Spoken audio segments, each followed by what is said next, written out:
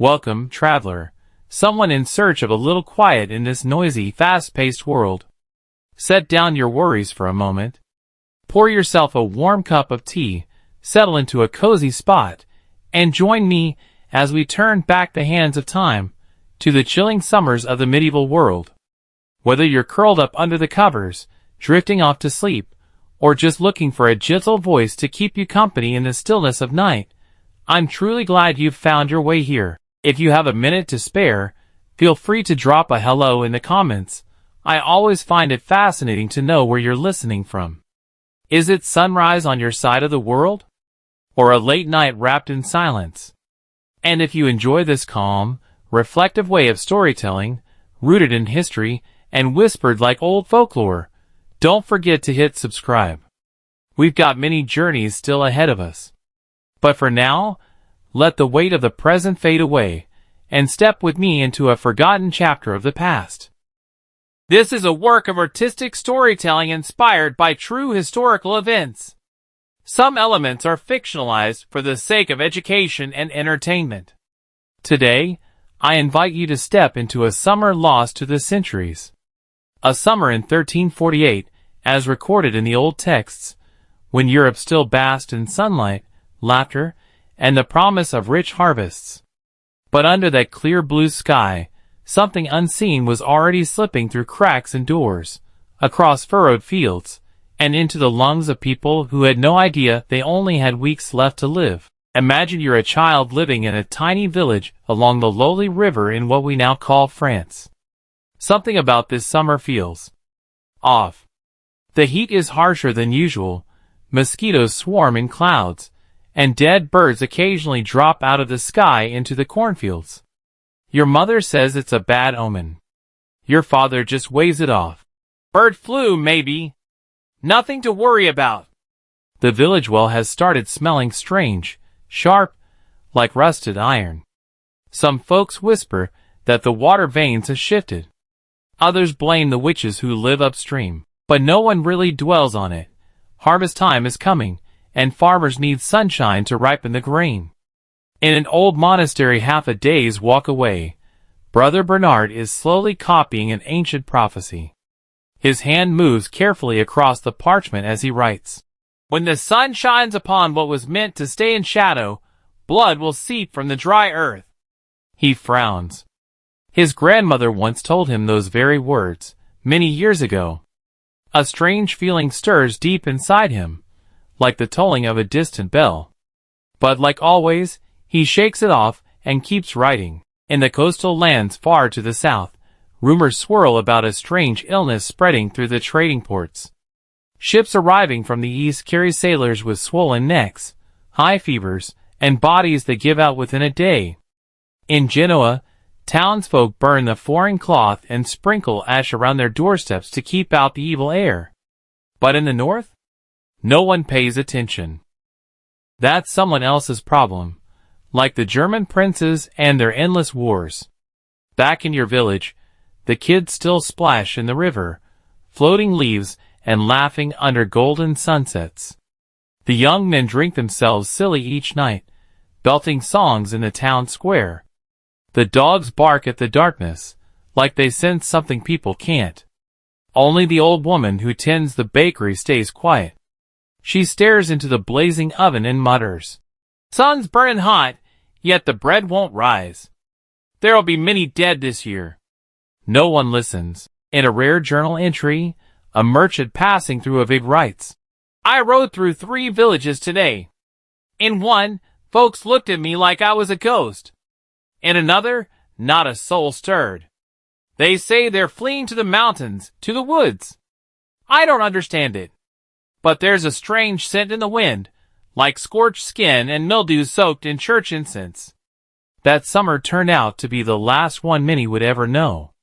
But nobody realized it at the time. There were no warnings anyone believed, and by the time the church bells started ringing day and night, not for prayers, but for the dead, it was already too late. It was the beginning of a blood-soaked summer, where sunlight scorched away belief, and shadows slipped in through the cracks of every sacred door. The summer before the storm. As the summer of 1348 rolled across the hills of southern France and the valleys along Italy's Po River, the sun blazed with a fury that felt almost divine, like God himself was angry.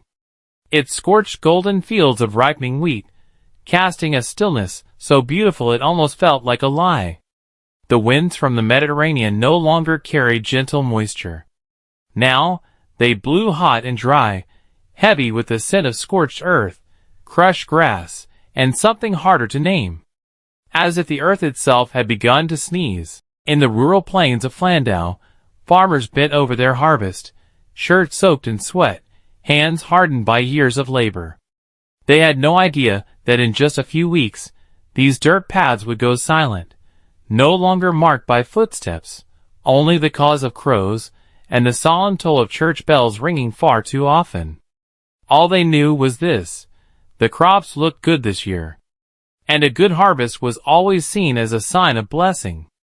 But none of them knew that when the fields are richest, it's often the moment fate begins to turn. In the coastal town of Messo on the island of Socoli, spice and fabric merchants were busy counting silver and haggling prices with Genoese sailors. No one noticed the few gray rats, sleek, round-eyed, slinking off the ships from the east. Uninvited, unnoticed, carrying with them a curse from another continent. The sailors, still drunk and craving the touch of women, had no clue that they, with their wild laughs and cheap bottles, were spreading a death yet unnamed. In Paris, scholars at the University of Sorbonne argued fiercely over theology and astrology. Some believed that 1348 was a cursed year. The rare alignment of Mars, Saturn, and Jupiter had formed a triangle of doom, a cosmic warning of catastrophe. But they didn't realize that prophecy wasn't falling from the sky. It was creeping into kitchens, hiding in cow sheds, waiting in the dark corners of every port. That summer's nights carried no sweet scent of flowers. Instead, they came with strange dreams. A fortune-teller in Carcassonne claimed she saw the earth crack open, serpents rising, and people howling like beasts. Villagers laughed it off. Who doesn't have wild dreams when it's this hot? But in a few weeks, they wouldn't be laughing. The summer of 1348 was unlike any before it. It hung over Europe like a damp, heavy blanket. No rain, no wind, no clear sign of evil. And yet, everyone felt something was lurking. Just beyond the trees, around the street corners, in the bellies of merchant ships. Like an uninvited guest, sitting silently, waiting for the right moment to knock. When darkness docked, on July 8, 1348, a heavily loaded ship from the east drifted quietly into the port of Messo, on the island of Socoli. Its silver sails were torn like old parchment, flapping weakly in the sea breeze. There were no shouts from the crew, just a few exhausted figures slumped against the masts, their eyes glassy and wide, as if they'd seen something no man was meant to see. The dock watchman that day was Petroli, a widower known for whistling while checking cargo. But that morning, as he climbed aboard to inspect crates of pepper and silk, he did not whistle. Instead, he held his breath. There was a foul stench rising from the hold, rotting flesh tangled with the scent of dried garlic. 6 sailors were already dead. Their skin had turned blue, their bodies blistered and bloated, some still oozing blood from their mouths even though they'd gone cold hours ago. Within hours, the bodies were carried off and buried hastily behind a small chapel. No prayers, no rites. Locals muttered, "Probably just saltwater poisoning. Long trip." It was a comforting lie, one they told themselves to sleep at night. But there was one thing they couldn't explain. The rats. They jumped off the ship like shadows, racing into alleys, warehouses, even monastery kitchens. Their eyes burned red, and their backs were crawling with fleas. Black fleas. In Genoa, things weren't any better. Within 3 days, the church of St. Middo had to be shut down because the smell of the living and the dead became indistinguishable. Old women began whispering of the devil's breath, claiming that the wind from the east was poisoned, and only sacred blood or the ashes of martyrs could ward it off. In Marsala, fishermen blamed the foreigners, the Moors, the Byzantine traders, anyone who looked or sounded different. But the plague didn't care about faith or birthplace. The first to die was Father Bernard, the monk who had preached kindness every evening. Historical records say he was simply handing out bread to the poor at the docks. He collapsed the next morning, his body bruised and dark, like he'd been beaten by the very God he served. News traveled faster than the wind. From port to port, tattered ships arrived bearing not just silk and spices, but corpses, panic, and unanswered prayers. In Lukaku, on a humid night in July, people heard a woman weeping inside the warehouse where a new ship had docked. A guard swore he saw her, a dark-haired woman walking barefoot across the yard, her feet not touching the ground. Locals said she was a ghost from the east, a girl trafficked to Venice, dead from the plague, now returned with a curse. But that was only rumor. The truth was worse. What spread wasn't a ghost or demon. It was something colder, quieter. It was nature's justice. Invisible and unstoppable. A reckoning for a world of men who thought they'd conquered everything. Crops. Wars. Even gods. Yet they never saw the real threat. A tiny creature, smaller than dust, waiting in the belly of a ship. That summer, death had no face. It didn't knock. It didn't scream. It crept ashore from the depths of the sea, on the claws of rats, into the dreams of people who still thought they were safe. Who still thought they were alive.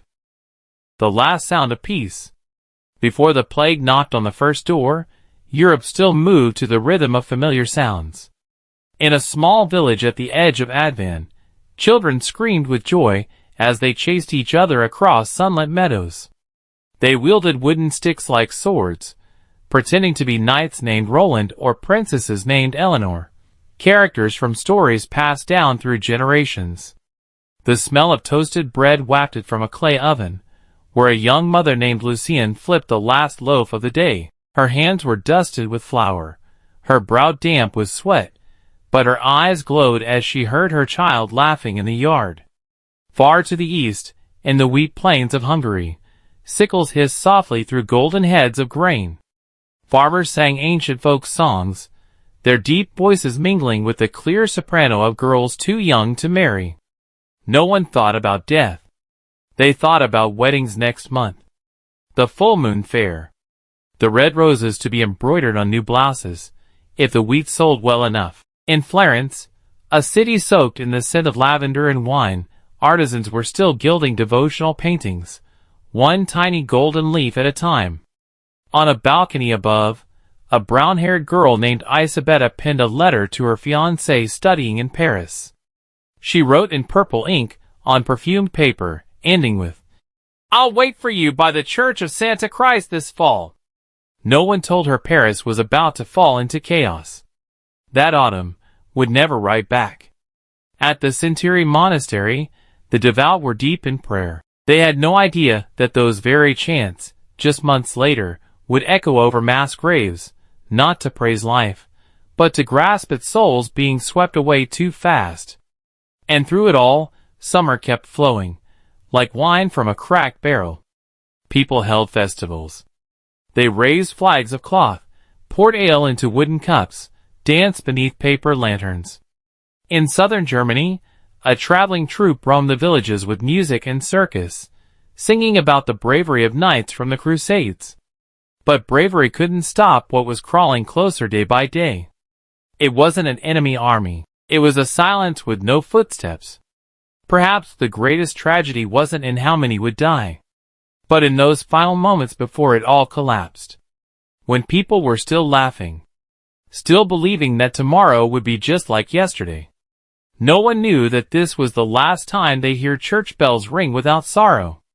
The last time a dinner table was full, without being the last shared meal. The last night they'd sleep without dreaming of corpses, of rats in the walls, or of angels with black wings calling their names.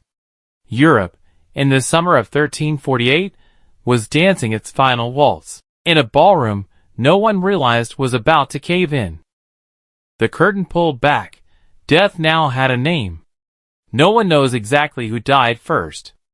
According to some records, it might have been a young sailor in Messina, a southern port town of Italy. He used to carry precious pepper from the east, but this time he brought something no one could put a price on: death. When the ship Jeunesse dropped anchor in October 1347, a few men collapsed right on the deck, faces darkened, blood oozing from noses and mouths, as if something unseen had strangled them. At first, they called it sailor's fever, a hot sickness from the sea. But when dock workers began to fall, and black swelling spread from armpits to groins, like rotten figs bursting open, panic crept in. A monk wrote in brown ink in his journal, "Something not of God is slithering into the city. Blood, pus, and the dead in 3 days." Survivors fled from Messina. They took goods, rumors, and the disease. Death asked for no passport. It didn't need walls or quarantine gates. It rode on merchant carts, nestled in linen satchels, slipped beneath wool cloaks, breathing with the breeze. Within weeks, the stench of corpses settled over Pilar, then Catania, then northward, following the trader routes. In Morsela, a candle vendor was found stiff at his prayer altar. Locals said he had seen a dark figure with no eyes, only teeth, at his doorway before he dropped. Villagers built wooden crosses, scattered ash and salt around their homes, but it only added the scent of despair. In Toulouse, a 15-year-old girl named Amy wrote in her diary on the final day, "Mother won't wake up. Her skin is black. My little brother breathes like a beaten dog. Even the cat's gone." The next day, no one remained to write the next line. Europe slowly understood this wasn't like anything before. It wasn't leprosy. It wasn't malaria. It wasn't in any page of scripture. This thing spared no one. Old or young, rich or poor, priest or thief. A normal day might begin with market bells, and end with 3 funerals on the same street. They first called it the strange sickness, then heaven's plague, and slowly, no one knows who said it first. The Black Death. Not for the color of the corpses, but for the color of despair. On old maps, plague zones were inked in black. In churches, hymns dropped to lower tones. Sermons no longer spoke of heaven, but of how to die correctly. And in the villages, lullabies gave way to whispered prayers every time a child coughed. In Brogas, a wealthy merchant believed money could shield him. He hired 3 physicians, sealed his estate, dined in isolation. But death found its way through a rat bite in the wine cellar. He died overnight. The 3rd doctor later burned the mansion to keep out evil spirits. A soldier on the French border reported that when his patrol reached the village of Béziers, no one was alive, except for one mute child standing alone in a blood-stained courtyard, holding a straw doll soaked in red. The child didn't cry, just reached out a hand. No one dared take it. This was the moment people realized there would be no escape. No one escaped. Summer didn't end in a golden autumn. It ended with corpse carts rumbling from dawn until dusk. No one needed to knock on the gates of hell. Hell had already arrived and opened the door for itself. The first reactions: fear, blame, and prayer. They didn't understand what was happening. That summer, when the first bodies were hauled out of villages on ox carts swarming with flies, no one used the word plague. That word hadn't yet entered desperate prayers or monastic journals. People simply called it one thing: a bad sign. In a small village in Virogo, France, a widow named Gervais whispered to her sickly granddaughter, "God is punishing us for the failed harvests, for eating meat during Lent, for the Jews using children's blood in rituals." Her eyes were cloudy with fear, not of the present, but of old warnings passed down from darker times, like when the villagers once burned a widow just because all the chickens died after a hailstorm. No one spoke of bacteria. No one knew about contagion. But people felt something. Something invisible weaving through dirt roads, clinging to merchants' sleeves, hiding in the pouches of dried herbs sold by apothecaries. In Florencu, when the eldest child of a noble household died only hours after a fever, the entire estate was sealed with lime and ash. The servants were locked in the wine cellar. No one opened the door. Not out of fear of infection, but because the family believed a demon had taken residence. A priest was summoned, dressed in violet robes, to sprinkle holy water over the stone gates. The father never looked at his child's face again. In coastal fishing villages in England, when fish suddenly stopped filling the nets and strong men collapsed next to their roasting ovens, bodies were burned right on the sand, beside piles of trash. The flames rose, mixed with the stench of seaweed. They didn't cry, they only murmured. Perhaps someone broke the old laws. Fear spread faster than anything. Faster than caravans, faster than the rats. At the Abbey of Saint in Champ, the monks began each morning with a new ritual, an exorcism, not of demons, but of cursed wind. They believed the southern summer breeze carried the breath of hell, as one copied manuscript noted. The abbot had every window sealed, leaving only tiny vents stuffed with lavender and thyme. Outside, villagers rushed to the mountains, seeking hidden caves rumored to be sacred, hoping the foul air wouldn't follow. In the market squares, silence followed every cough. One sneeze could scatter an entire row of chicken vendors like ants under fire. A man was stabbed to death once, simply for sneezing without covering his mouth. No one saw. No one was arrested. Even the Florence constables refused to enter the southern quarters, where they said, the first to die was a shoemaker, then his whole family followed. And then came the blame. At a tribunal in Strisbo, months later, but the fear began that summer. The first Jews were dragged from the old quarter, beaten with iron rods, accused of poisoning wells. No evidence. No witnesses. Just claims that the water smelled strange, and that a child once saw a Jewish man playing the violin near the village well. In the towns of Runland, secret societies began burning witch dolls at the city gates each morning. It wasn't a warning. It was a plea. They believed that if 13 effigies burned, summer would blow past like water, and death would move on. But some chose only to pray. In Siena, an elderly widow walked barefoot around the central square every dawn, holding a rosary, muttering non-stop. When asked what she prayed for, she answered, "For my son. If he must die, may it be quick."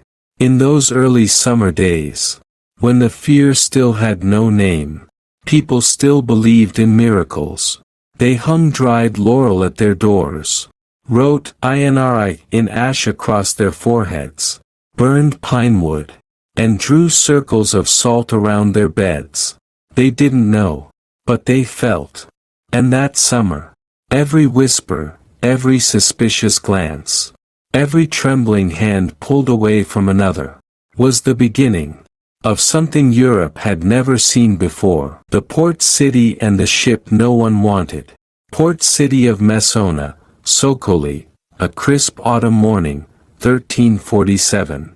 The sun hadn't fully risen, but the harbor was already humming. Ox carts clattered across worn stone, dockworkers yawned beside barrels of wine, and the voices of fishmongers' children echoed like the familiar chorus of a city steeped in salt, sweat, and routine. Then, on the horizon, a black sail appeared. At first, no one paid it much mind. Another merchant ship, perhaps from Constantinople, Venice, or farther still. Messina had seen it all: spices, pilgrims, gold, glass, strangers of every language and skin tone. But as the ship neared, it wasn't the flag people noticed. It was the silence. No shouting from the crew. No one leapt to toss ropes. No signals. Only a few figures swaying behind the tattered sails, thin as scarecrows, their skin bruised purple, their eyes hollow. A young ferry boy later said, "They stood like ghosts, didn't speak, didn't move. When one collapsed, I heard his head hit the deck. It sounded like a chopping board hitting the floor." When locals finally climbed aboard, they found 15 corpses. Some still fresh, mouths frozen mid-scream. Others bloated, dark, almost unrecognizable. The stench from the cargo hold was unlike any rot they'd ever known. Sweet, rancid, alive, like something was still eating from the inside out. There was one survivor. A Genoese sailor, barely conscious, muttering. "We left Kaffa, then one by one we swelled. Burned, died in 2 days. Rats, too many rats. I begged, prayed, no one listened." What no one knew was this.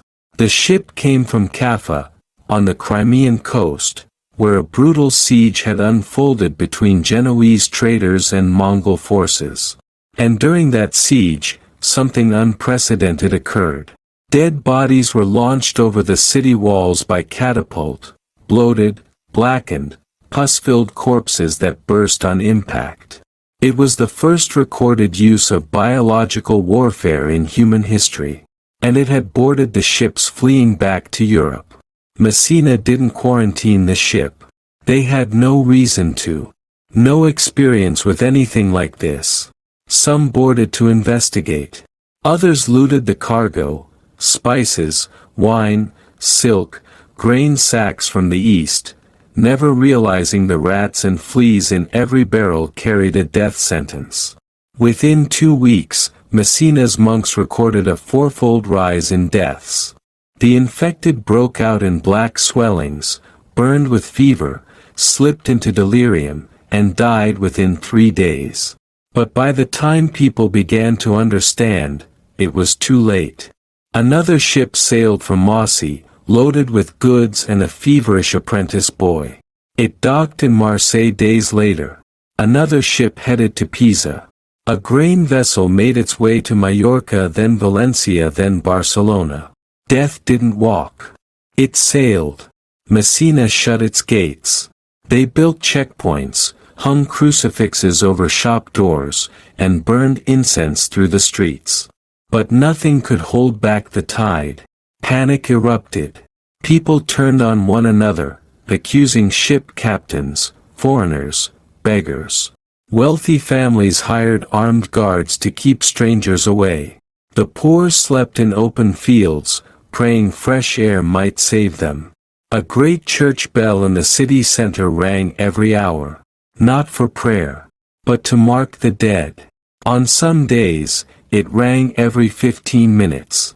Those early ships, ghost ships, brought more than death. They ushered in a century-long dusk over Europe. And it all began on what seemed like an ordinary morning. A noisy harbor, a black sail, and a ship no one wanted to greet. The first accounts, and the clergy's collapse. One of the earliest testimonies of the catastrophe came from Gabriele de Mussi, a renowned chronicler, lawyer, and scholar from Piacenza, northern Italy. In his manuscript, he described the year 1347 as a bloody turning point.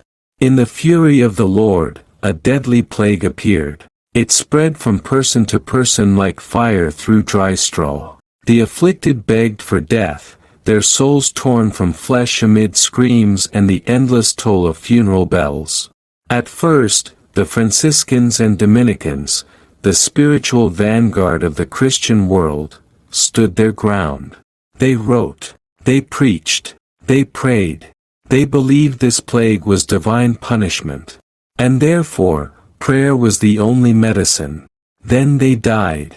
Monks and manuscripts written in blood. In Florence, the writings of Brother Giovanni di Capo Stefani in the Chronicles of 1348 still send chills through generations. Fathers abandoned sons. Wives left husbands. Brothers turned from each other. No one dared come near another. The dead piled high in houses, and their souls departed with no final prayer. He described scenes from what seemed like hell. Chapels filled with corpses. New cemeteries overflowing in days. And burials where the stench of death drowned out the scent of incense. Some friars stayed behind to anoint the sick and hear final confessions. But by comforting the dying, they signed their own death warrants. To hold a hand in mercy was to dig your own grave. Faith begins to fracture.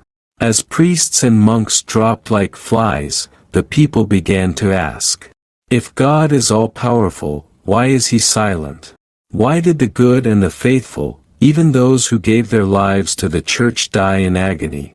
In Paris, the medical faculty of the University of Sorbonne, under papal authority, released a statement. They claimed the plague had been caused by an unusual conjunction of Mars, Jupiter, and Saturn on March 20, 1345. This celestial alignment, they argued, had stirred poisonous vapors from deep within the earth, rising into the air and infecting those who breathed it. People laughed.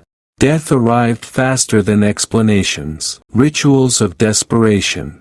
Some believed Pope Clement VI, residing in Avignon, then the seat of the Catholic Church, panicked.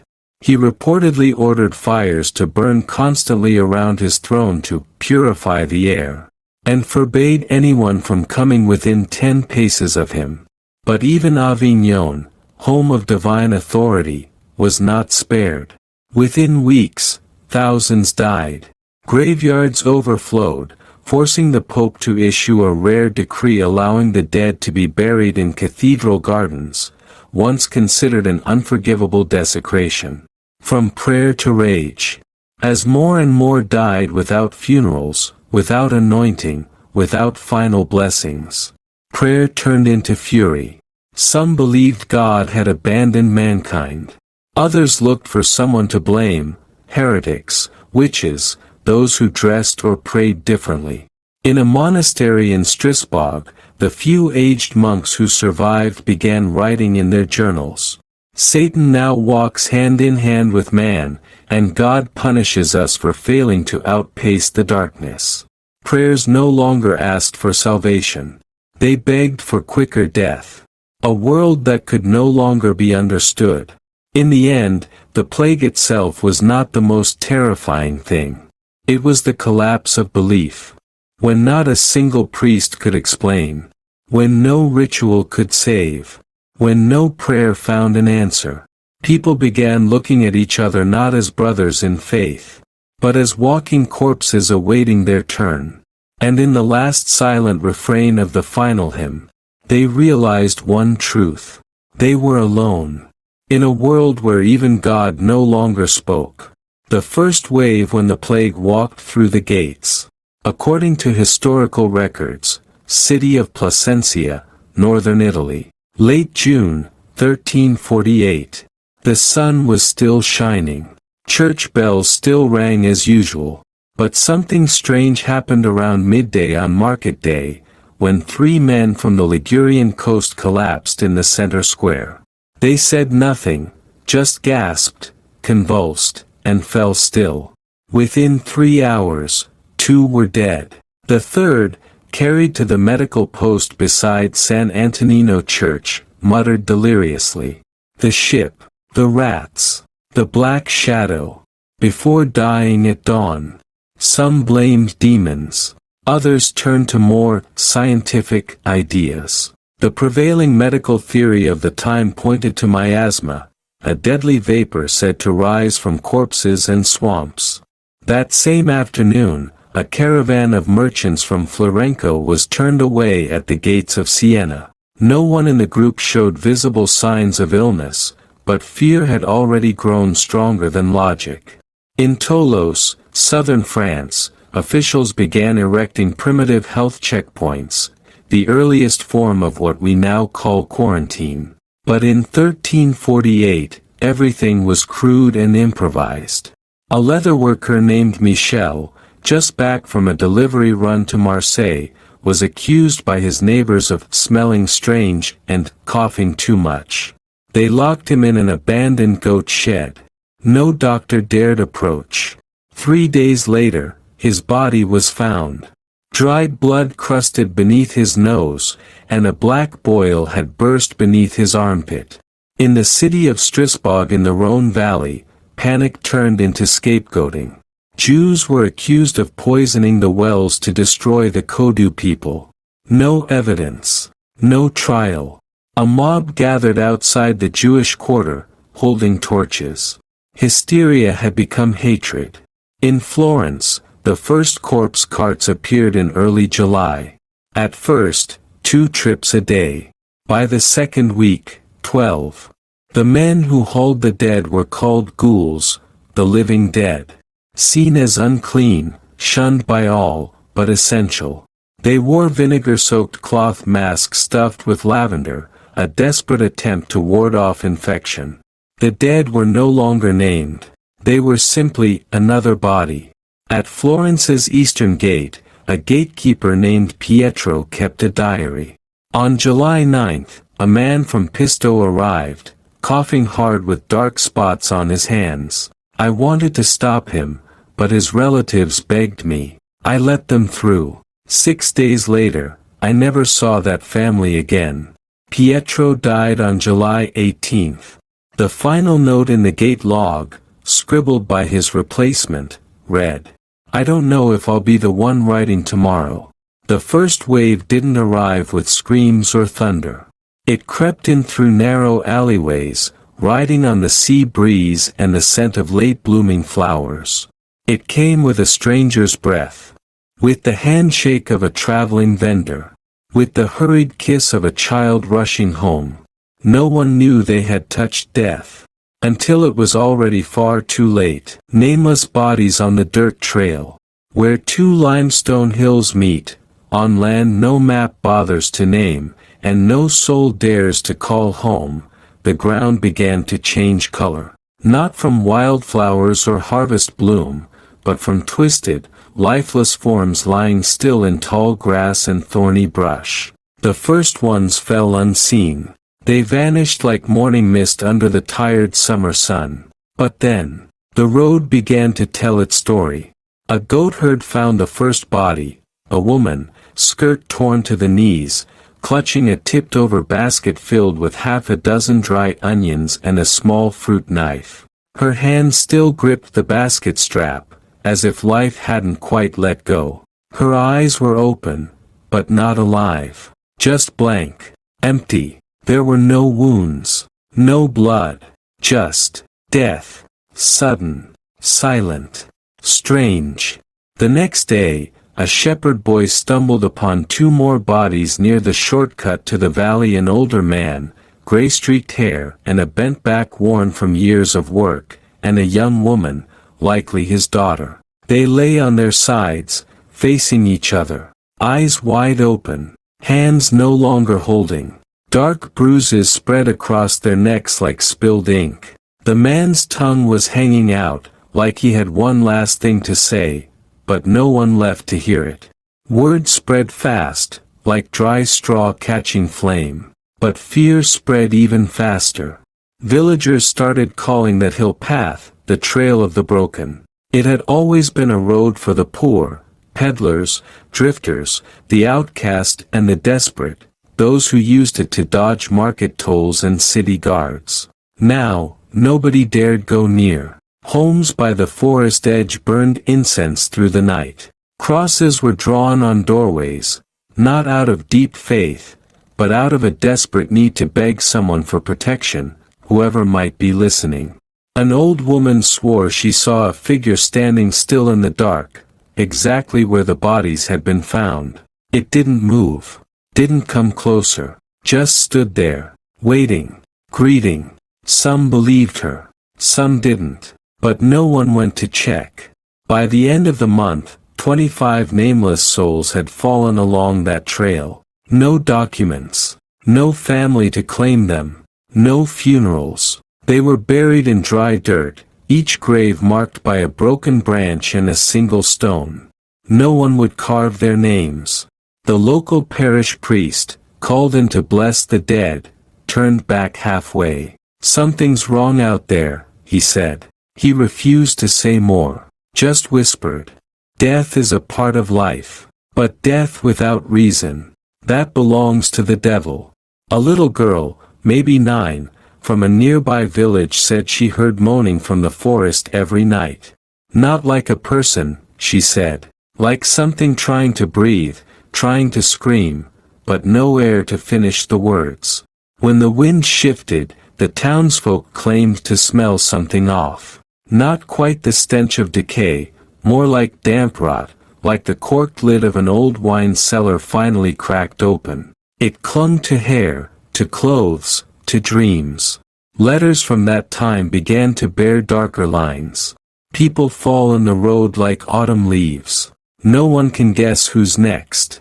We sleep with knives under our pillows, not for thieves, but for death itself knocking. One nearby village built a fence of dry thorns and sharpened bamboo, sealing off the path.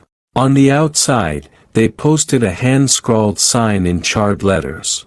"This road leads nowhere. Turn back, if you want to live." The fires that didn't give light. On a moonless night, with no wind and not a sound, the smell of old ashes drifted through the valley, like summer itself was rotting from the inside out. That's when the first fires appeared, not from anyone's kitchen hearth, not from the nightwatch's oil lamps, but from makeshift pyres, rising out of empty fields, at the base of crumbling walls, and in the backyards of abandoned sheepfolds. At first, they just burned the bodies. Simple, quick, and more importantly no need to bury. But soon, burning turned into ritual. No one taught it. Everyone just did it. They stacked the wood in circles, scratched strange symbols around the flames, and tossed the corpses in, like returning a broken item to some invisible force. In some places, people tied red cloth around trees, around gates, even around feverish children. No one really remembered why. They just knew that if you didn't do it, it would come inside. But the scary part wasn't the fire, it was what fire couldn't burn. A blacksmith said he once saw flames shoot up like a tower, but the ashes came down not gray, but slick and shiny, like shattered glass. Another time, a man's body was laid on the pyre, but when the fire died, his bones were still whole. Not burned, not cracked, just black, cold. They called it, the body that didn't take the fire. Kids started drawing figures on the walls, people with no eyes, no mouths. Just smooth faces, like clay masks. When asked who taught them, they stayed silent. Just pointed to the window, where the fields had been flattened by night winds again and again. In one village, someone lit a fire every single night. But by morning, the ashes were still warm. Some folks swore the ashes were breathing. The elders warned everyone never step through those ashes. It hasn't finished leaving yet, they said. Survivors began to believe the fire didn't drive demons away. It simply lit the road for them. A child, known only as L, their full name lost to time, once wrote in a journal. Mother said never open the door if someone knocks, no matter who it is. But last night I heard my sister calling. The one who died. I almost opened it. Mother screamed at me, but she didn't see, my sister was standing outside. Cold as the wind. Hair wet, like she'd walked through a storm. Around that time, a lone shepherd living up in the hills wrote, I swear I saw a woman in a black silk dress walk straight through the flames, without burning. She crossed my pasture, looked back at the village and smiled. People started fearing the light itself. Oil lamps were snuffed out earlier each night. Curtains were sewn twice as thick. Some families smeared mud over their windows to keep moonlight out. Kids were locked in cellars. No one let them outside after sunset. A carpenter, known for being the strongest man in the village, broke down crying in the market one day. He claimed the fire in his furnace ran backward. It didn't burn, he said. It pulled. It didn't eat wood. It ate souls. Rumors spread about a fire at the end of the trail, where the ground turned red with mud and wild grass covered everything. They said it burned every night. No wood, no wind, no one tending it, just burning. An old beggar once muttered, "Maybe we're living in a dead man's dream." And fire is how the dream reminds us we'll never wake up. The invisible hands when darkness slips through the cracks. Night had fallen over the dry lands, where quiet little villages lay tucked between the valleys. Wisps of mist, thin as the breath of the dying, slipped through door cracks, crept under thatched roofs, and crawled into heavy, restless dreams. The entire countryside seemed to be holding its breath, waiting for something no one had a name for. In a stone-roofed cottage, the oldest woman in the village sat motionless by the glowing coals. She chewed her herbs slowly, her clouded eyes staring off into nothing. "It's here," she murmured, not speaking to anyone in particular. Children no longer played after dark. The dogs, who once barked loudly at every passerby, now curled up and whimpered, as if they'd seen ghosts. In the breeze, people began hearing whispers, like prayers muttered just beneath the wind. But no one knew who was speaking. Across the valley, a blind man named Pharaoh hung a black cloth over his window. He said it couldn't block the wind, but it might stop something else from looking in. No one asked what he meant. Lately, at exactly midnight, Pharaoh would walk the village with a small bronze bell, ringing it slowly, one chime at a time. Some said it was a warning. Others whispered he wasn't warning us, but leading something in. Then the strongest people in town started getting sick, for no clear reason. No fever, no coughing, no blood. They just grew quiet, drew their curtains, stopped going outside. Their homes stayed shut tight. But at night, some claimed to see a faint green glow seeping from the cracks. Outside, the hills seemed to pull back, retreating into the shadows. Paths twisted strangely, growing longer and harder to follow, though no one had changed their routes. Sometimes neighbors passed each other in the square and didn't recognize one another right away, as if something was covering their faces. A small crowd gathered by the old healer's tent. He'd died a week ago. They weren't there to mourn. They came to burn everything he left behind, tools, herbs, journals, torched in a low, silent fire. No one said a word. They claimed he'd drawn a strange image in his notebook, a hand with no fingers.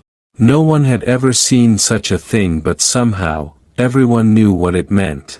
No one dared confirm anything out loud, but deep down, they all felt it. Something invisible was moving among them. It didn't make footsteps. It didn't cast a shadow. But you could hear it slide over the rooftops.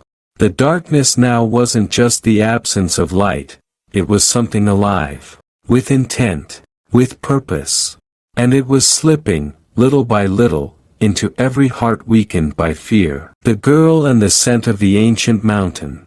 High on the back of an unnamed mountain blanketed with wild mugwort and ancient patulous shrubs, where the clouds hung so low you could almost touch them, a small, slender girl walked through the morning mist. Her wicker basket swayed gently with each step.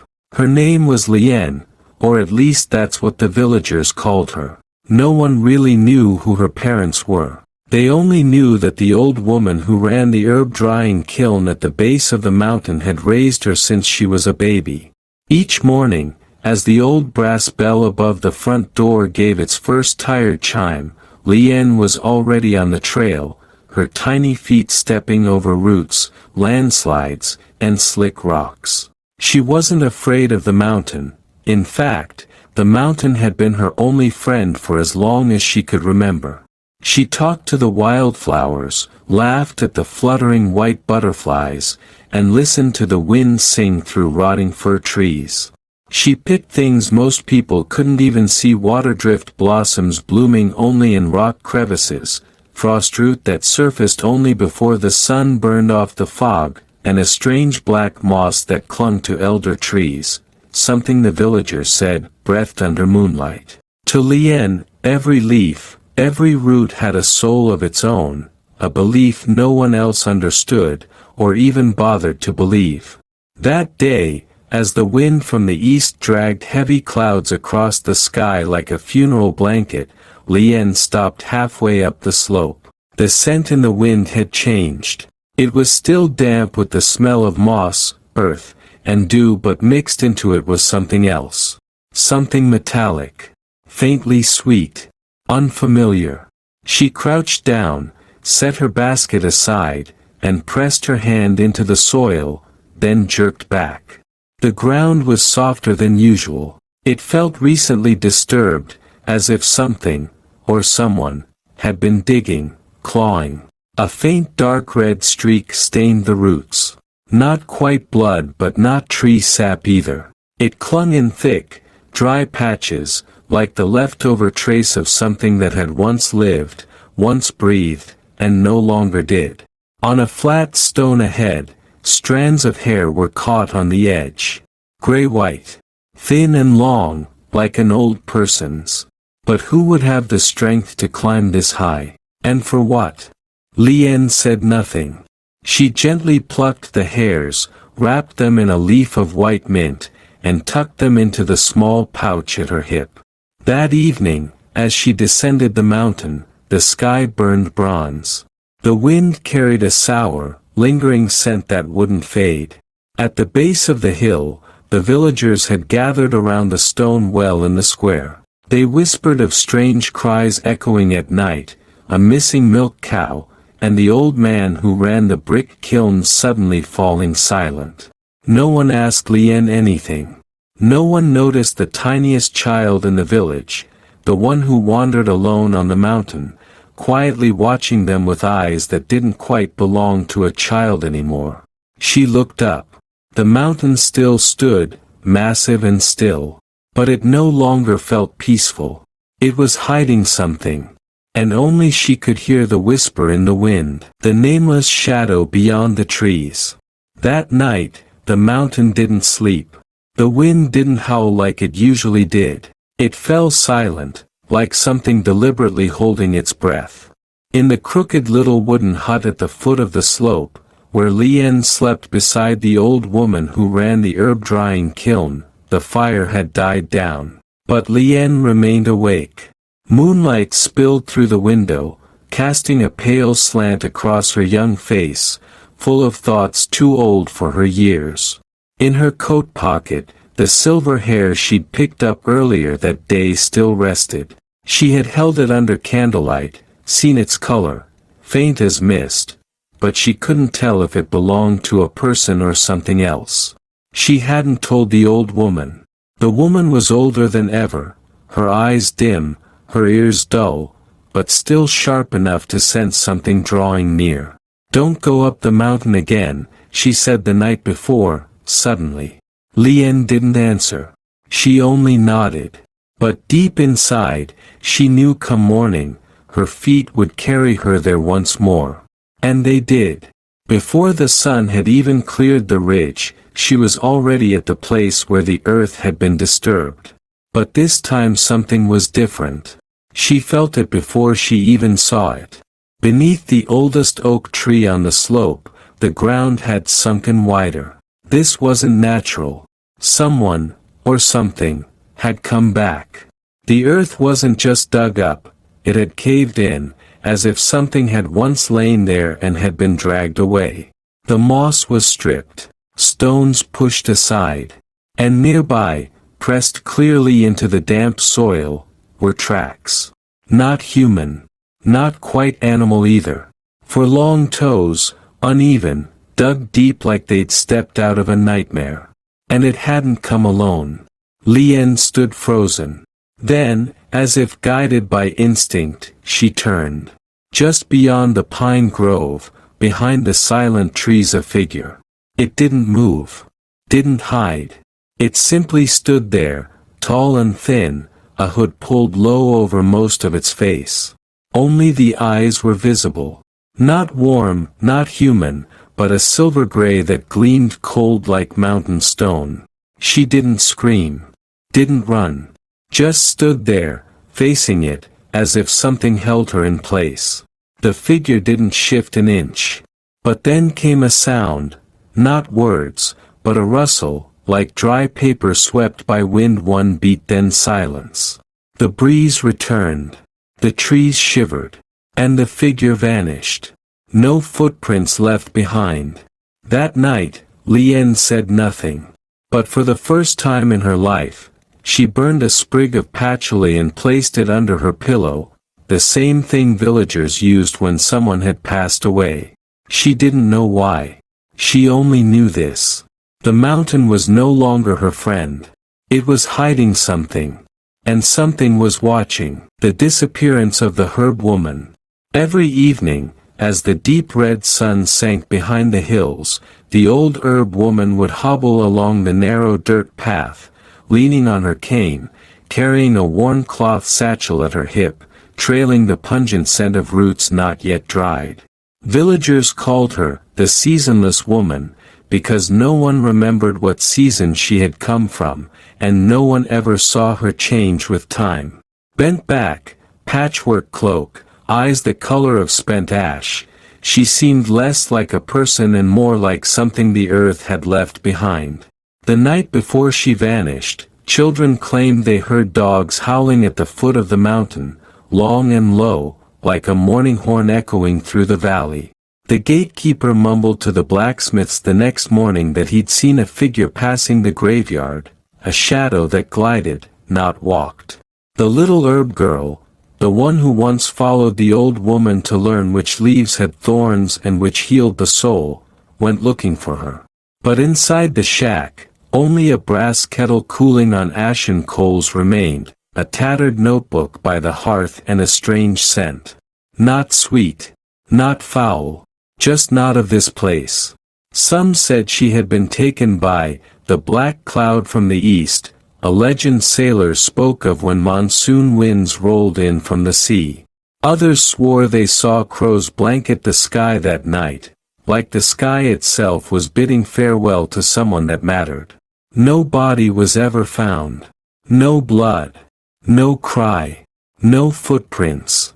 Only the little herb girl remained, standing on the threshold the next morning, eyes vacant, hand clutching a single scrap of handwritten paper. The old woman's last message. Death never comes alone. It only follows those who have forgotten what it means to fear. Since that day, whenever the wind blows up from the foot of the mountain, the villagers whisper, "She's still out there. We just can't see her anymore." The cry from the village well. The village well sat in the middle of the square, a place people passed every day. It used to be familiar, where children floated leaf boats in the old wooden bucket, where mothers gathered to rinse vegetables, and old men shared life stories over the scent of strong drink. But after the herb woman disappeared, the well began to feel different. At first, it was the smallest of sounds. Only at night, deep in the hours when the village lay still and the only things stirring were the wind and insects, the night watchman said he heard something echoing from the well. It wasn't the sound of water, nor the plunk of falling stones. It was crying. Not like a child, not like a grown man. It was a kind of weeping that seemed to rise from somewhere far deeper, deeper than the well itself. Like the earth's memory sobbing, full of sorrow, ache, and fury, then falling silent, as if it had never happened. The next morning, a mother came to fetch water and found it tinged a pale brown. It smelled faintly of smoke, like ashes that hadn't quite cooled. In the clay basin nearby, all the small fish had died, bellies turned white and bloated. Children grew scared to cross the square. On another night, the village dogs began to howl, long, drawn out, all at once. Their eyes fixed on the well. The eldest man in the village, his eyes clouded with age but ears still sharp, said he heard a voice call his name from the bottom of the well. Whispers began to spread. Some said the souls of the dead were trying to return. Others believed the herb woman had sealed something beneath the earth and now it was waking. A few brave young men lowered torches into the well at midnight, but the bucket never hit bottom. It was as if the well no longer had one. The little herb girl was the only one who dared sit beside the well all night. When asked what she heard, she simply said, "That's not crying. That's a calling.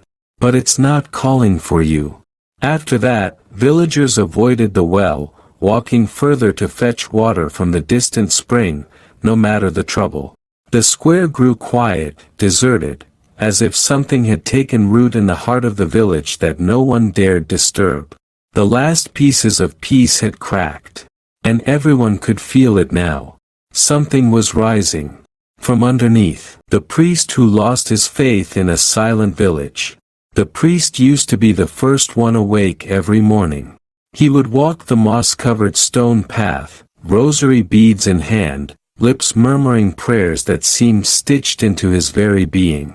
He was old, his back bent, beard white, eyes dulled by years and incense smoke, but every Sunday, his voice still echoed strong, like the chapel bell on the hilltop. But since that summer began, he started waking up later. Then he stopped waking altogether. The children, once crowding around to tug his sleeves and hear stories of angels, now played far from the chapel. The old women, who once lined up for his blessings, now turned to the herb girl or whispered words carried from the woods. People noticed the chapel no longer lit up at night. The bell stayed silent. Every Sunday morning, the priest would sit at the old wooden table, staring at a heavy sacred book, never opening it. Just sitting. In silence. One night, his old housekeeper said she saw him standing in the chapel's main hall, eyes fixed on the ancient wooden symbol hanging above the altar. But he wasn't praying. He only asked, "If you are real, why do you stay silent?" Then one day, he shut the doors for good. No one was allowed inside. The village grew uneasy. Rumors spread. He had stripped the walls of every symbol. That he buried relics beneath the floor. Some claimed he burned the holy texts behind the chapel, and the smoke rose black as human ash. On a stormy night, they heard him screaming from inside, a mix of sobs and fury. "I believed my whole life. How could you let us die in this darkness?" He was never seen preaching again. Only one statue remained, its face veiled in black cloth. A candle burned through the night, never replaced. And a man, head bowed in an empty room, still wondering if the light he once spoke of had ever truly existed, or if it had always been just a hollow comfort, whispered into the madness of mankind. The night of candles and the final sermon. That night, no one called for a gathering. No voices rang out. And yet, somehow, the whole village came. They brought candles, small, smudged with old wax, lighting the path from the village to the chapel. There were whispers, a child softly sobbing in her mother's arms, and the wind slipping through creaking shutters. The chapel doors, shut tight for weeks, creaked open. No one stepped in first. They all stood still, waiting, for something, or someone, to break the silence. And then the priest appeared. He was gaunt, little more than a shadow wrapped in candlelight. His eyes were hollow, yet no longer desperate, just still, like a dry lake after a storm. He wore his old vestments again and held the worn leather book he once called the Book of Salvation. But he didn't step onto the pulpit. Instead, he sat down on a stone step in front of the chapel, surrounded by flickering flames. His voice rose, hoarse, slow, like each word was a heavy stone he had to lift from deep within. I'm no longer sure about anything I once called truth. The crowd said nothing. No coughs. No shifting feet. I preach to you about a loving, almighty God. But these days I only feel absence. A few eyes welled with tears. A mother held her child tighter. A man clenched his candle like it was the last warmth he had left. I have no answers, but if you can still believe in anything, believe in each other, in the small light each of us carries.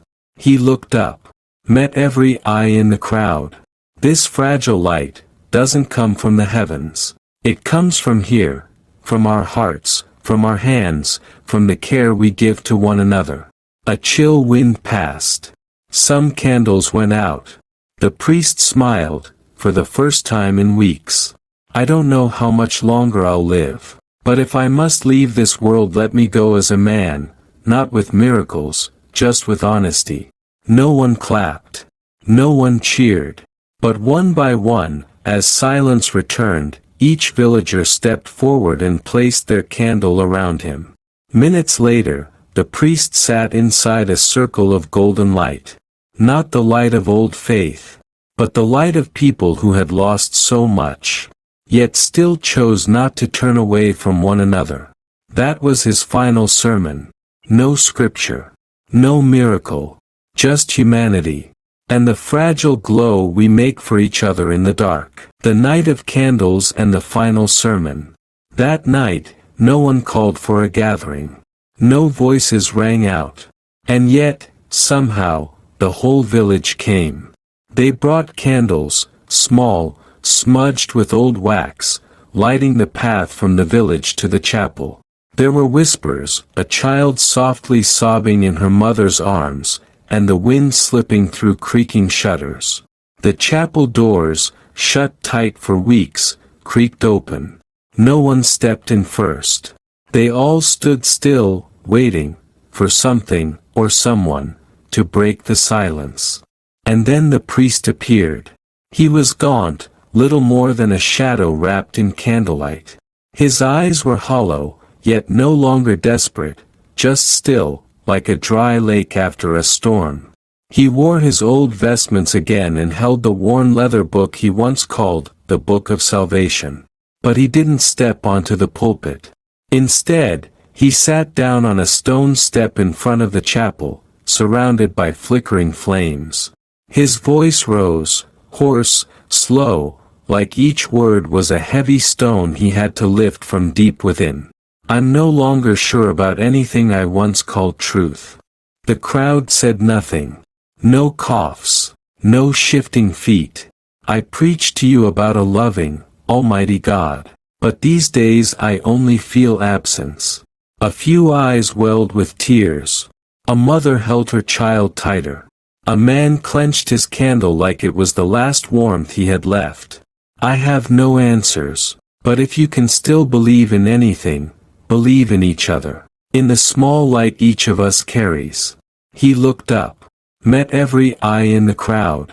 This fragile light doesn't come from the heavens. It comes from here, from our hearts, from our hands, from the care we give to one another. A chill wind passed. Some candles went out. The priest smiled, for the first time in weeks. I don't know how much longer I'll live. But if I must leave this world, let me go as a man, not with miracles, just with honesty. No one clapped. No one cheered. But one by one, as silence returned, each villager stepped forward and placed their candle around him. Minutes later, the priest sat inside a circle of golden light. Not the light of old faith, but the light of people who had lost so much, yet still chose not to turn away from one another. That was his final sermon. No scripture. No miracle. Just humanity. And the fragile glow we make for each other in the dark. The city that bled. That city was silent. Not the calm of peace, but the silence of an empty stage after a cursed play. Every house, every stone arch, every timbered balcony, all steeped in gloom, even as summer clung faintly to the sky. The stones were stained, the ground cracked, and coins left behind in the deserted markets gathered dust, untouched, unwanted. Merchants entered but didn't return. Ladies hid behind bolted shutters, deeper than any prayer could reach. Somewhere in the distance, a cracked bell tolled. A sound more curse than chime. The streets were deserted, but no one dared speak of the truth. That morning, from every lamppost along the main road, bodies hung. Strung up, accused of bringing the plague. The air stank. Thick, metallic, like rotting mud laced with poison. Abandoned children cried inside broken homes. Old women clenched their hands and mumbled toward cracked altars, their wooden beads worm-eaten and blackened with time. In between the bridges, the gilded cathedrals, and stone towers. The rich sealed their gates, locked up their gold, and vanished behind fortress walls. By night, they sent out silent messengers. Food left at doors. No thanks. No faces. Death struck the city from every direction. From inside out, from outside in. Some burned their books and crops to chase away the demon light. Others dragged sacks of corn and bars of silver into the town square. Wailing, begging, blaming. Somewhere, someone was crying. In the stench of death. Clawing at their chest with bloodied hands, screaming again and again. It's our ancestors' fault. We forgot to pray. We forgot how to listen, how to yield. They've come. And they've brought our ending with them. The last traitor of the Council of 12. There was once a strange law in that city. No king, no lord. Only the Council of 12, elected from the 12 oldest bloodlines. They were the embodiment of order, virtue, and transparency. Every council member had to take a blood oath beneath the bronze statue. If I betray the people, let my blood feed the first rats of the night. But who still believed in oaths when death knocked on every door? In the council chamber, thick with the scent of camphor and slow-burning wood, only 7 of the 12 remained alive. Among them, one man stood apart. He did not cough. Did not lose weight. His eyes shone like polished glass. And his lips curved in a smile as if untouched by the stench of death. His name was Marvolo, of the House of the Black Moon. Once the most honored family in law and historical record. But something was wrong. He never asked about the people. Only the grain ledgers. The names of surviving nobles. And at the final vote, he quietly cast his ballot to seal the south gate on the 21st night. Just as a desperate crowd surged toward it, a young clerk accidentally found Marvolo in the archives, signing a pact in blood, a type of document forbidden even to exist. Marvolo snatched the page, burned it in the oil lamp, then gripped the boy's shoulder and whispered, "Speak a word and you'll be the first corpse that needs no grave." The boy vanished the next morning. In the week that followed, those who opposed Marvolo and the council fell ill, one by one, and died. But Marvolo, pale as chalk, presided over every meeting, as if death was an old friend. Then, one morning, a sealed letter was tossed at the foot of the bronze statue in the town square. He sold the people's blood for gold, bartered their lives for a ship that sailed out in the night. The council still stands. But it rotted long ago. That night, the townspeople rioted, stormed the council halls, burned every symbol of power. But no one found Marvolo. Rumor says, he left the night before, in a carriage with no horses, drawn by faceless figures, in white cloaks. And those who survived whispered, "Death is not what we fear most. It's the traitor who lives longer than everyone else." 7 days of judgment. History unraveling in the sound of church bells. Day 1.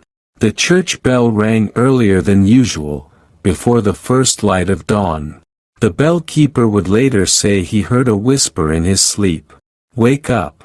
The city has no time left." From atop the tower, he looked down.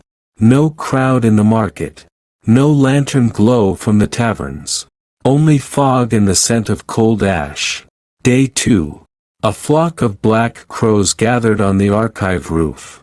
They perched silently, hundreds of them. No cawing. No flight. The elders muttered. "Omen birds." Last time they came, the flood took half the eastern quarter. Day 3. A blood-red inscription was found beneath the plaster wall of City Hall, discovered as workers tore down the symbols of power. History is not written in ink, but in fear. No one knew who wrote it, but the whispers turned into tremors of dread. Day 4. An untitled book surfaced in the old library, its cover made of a leathery skin as thin as cloth. The first page held only a single line, written in a long-lost script. "Whoever opens this first shall no longer be themselves." That same day, the librarian disappeared. Day 5. Whispers echoed from the dry well in the town square. Children playing nearby claimed someone was calling them from below. An old schoolteacher dropped a stone into the shaft, and heard someone laughing gently back. Day 6. The river changed color. Not red, not black, but a sickly hue like stretched midnight. Fish floated belly up. Blacksmiths from the northern ward stopped showing up. And a young woman said she saw her dead husband, walking across the water, waving, then fading into mist. Day 7. The great cathedral doors opened on their own, and the bell rang one final time, at high noon. Though no hand touched the rope, the entire city stood still.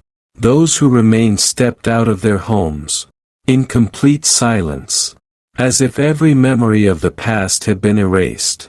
No tears, no laughter, just hollow footsteps trailing into the smoke-hazed horizon.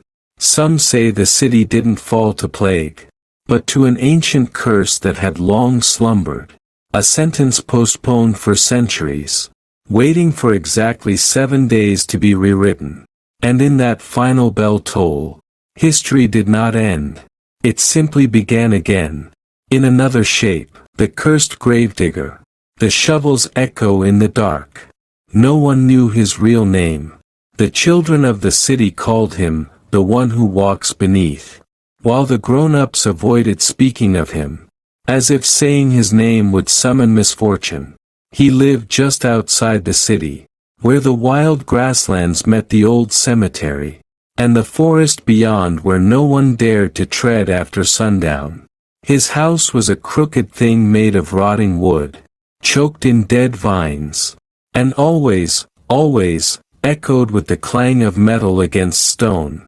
Steady, endless, like a funeral hymn without end. The job no one would take. He wasn't a priest, nor a healer, nor a scholar. But when the city descended into chaos, every body was brought to him, because no one else had the stomach to dig graves anymore. At first, he worked in silence. 1 corpse. 2. 10. When the villagers began abandoning their homes, he remained. Just him. And the dead. The city whispered he didn't eat, didn't sleep. That every time his shovel struck earth, it was either a prayer, or a spell to keep spirits from rising. The only conversation. One stormy night, a curious boy watched him from behind a broken fence. He asked, "Mister, aren't you afraid of ghosts?" The man didn't look up. His voice rumbled like it was scraped from the grave. "Ghosts aren't scary. The living without souls, that's what you should fear." When strange things began. On the 21st day after the plague breached the city gates, he started digging graves no one had asked for. When questioned, he simply said, "I saw their names in a dream." And strangely, 2, sometimes 3 days later, Those very people were brought in, cold and silent, as if the dream had made the decision for them. The left hand was no longer human. The bold ones who dared approach him claimed. His left hand was no longer flesh, but something ashen, cracked like petrified wood, harder than stone, colder than frost. Some whispered that once he dug his 100th grave. The earth stopped resisting his shovel. It parted, as if it recognized who was digging. The last to bury the dead. There were no rites, no prayers, just 3 strikes of the shovel, 2 sighs, and 1 faraway stare. But soon, people noticed something strange. The bodies he buried never bloated, never rotted, as if they were still waiting for someone to call them back. Some believed he was being punished, doomed to bury every last soul, before finally burying himself. Others said he was a sentinel, guarding the gate, that kept demons from crawling back up. But one thing was certain, when the entire city fell, he was still there, holding the rhythm of shovel striking soil, echoing steady. In the moonless night, the shared dream, when the living begin to see the realm of the dead, it began with whispers. A few people claimed they dreamed of the hill behind the cemetery, the one no one dared approach, except the gravedigger. In their dreams, they climbed that hill alone, barefoot, with trembling hands, never knowing why they had come. Then it spread. One by one, more and more citizens began to share the same nightmare, with details so identical it made the skin crawl. The hill with no summit. In the dream, the hill had no top. No matter how far they climbed, the peak kept slipping away, as if the earth itself were spiraling beneath their feet. The wind blew from behind, carrying the sound of sobbing, not from one person, but from hundreds. They spoke of shadowy figures scattered along the slopes, backs turned, faces unseen. They never moved, never spoke, but they always stood closer. After each blink, no one woke up dry. The dream left people waking in terror, shirts soaked, hearts racing, eyes bloodshot, as if they had never truly rested. Some refused to sleep again, for every time they closed their eyes, the dream returned, not repeating, but continuing. In the marketplace, in the churches, even in the public bathhouses, people began to write their dreams down, line by line, and when they compared notes, they found a new, chilling detail. Their names were carved onto a gravestone. Halfway up the hill, the children were the first to lose sleep. Children who once slept soundly began screaming at midnight, crying out nonsense like, "I don't want to go back to the hill." Someone called me by a name I never told anyone. One even drew the hill from the dream. When the adults examined the drawing, they went pale. It was a perfect map of the Western Cemetery, where the gravedigger worked, every single day. Only one had never dreamed. There was only one person in the entire city who hadn't had the dream. The gravedigger. When a group came to question him, he stood silently for a long while, then said, "I don't dream because I don't need to. I've seen that hill with my waking eyes. That place is not meant for the living." The final fracture. In the final week before the city was sealed off entirely, no one truly slept anymore. Those who did screamed in their beds, some injuring themselves, others dying in their sleep, never waking again. The last to go was an old woman who lived alone at the edge of town. Before she passed, she scrawled a final message onto her wall. "They have returned, but this time, they're not leaving." It is said, when an entire city shares one dream, it is no longer a dream, but a new layer of reality. The city no longer knew day from night. Only waiting. Waiting for what would come. Waiting for the end. That could no longer be avoided. The final night before absolute silence. No dogs barked. For weeks, the villagers had grown used to the sound of dogs howling from the outskirts. As if the beasts could sense something humans hadn't yet understood. But that night, they fell utterly silent. No barking. No noise.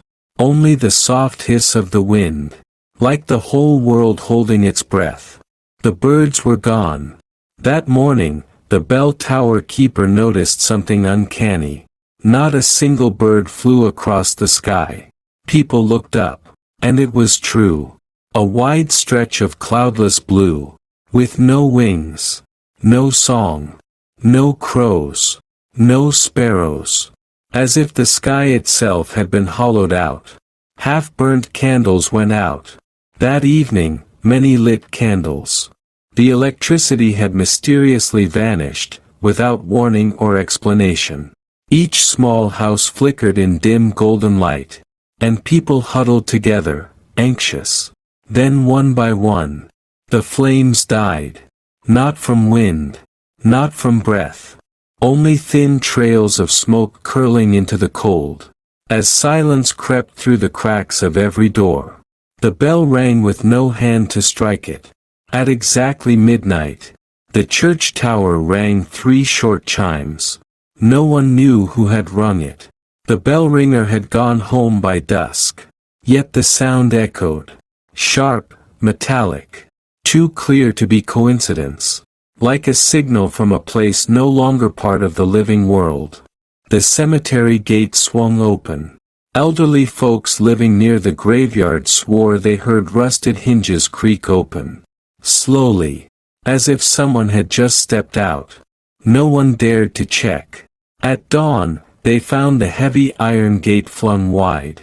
But from the inside, on the ground were footprints. Leading back. Toward the city. The eyes of the living glowed in the dark. Some survivors claimed that right before losing consciousness from fear, they saw their neighbors' eyes begin to glow in the darkness. Not like torchlight, but like the wild gleam of a stray cat, caught in a beam of headlights. No one could explain it. No one stayed awake long enough to see the sunrise. They say, people didn't die that night. They dissolved. As if memory, spirit, and flesh were sucked out of existence. No one truly knows what happened. Only one fact remains. Since that night, no letter sent to that city has ever received a reply. Ashes of summer. The words of a survivor, or perhaps just the whisper left behind by humanity's nightmare. I don't know why I'm still alive. Maybe because I hid in the forest. Maybe because I drank rainwater instead of water from the well. Or maybe because I had nothing left to lose long before it all began. The village where I was born is now nothing more than a smear of gray, blended into the stench of rotting earth and spoiled flesh. The wind drags its way through shattered beams, carrying the creak of broken shutters. Like the moans of souls who didn't leave in time. I once saw the herb-gathering girl sitting on the hillside, her dress soaked in mud, eyes staring unblinking into the distance. From afar, she looked like a dry stalk of grass refusing to fall. They say she carried medicine into the village and never came back. They say the last priest climbed the bell tower, and read scripture until his final breath. Just as the bell itself collapsed upon him. As if heaven had answered. The gravedigger, the last one, according to those few who survived, laid himself into the pit he had dug, and carved into the lid of his coffin with a knife. There's no one left to bury.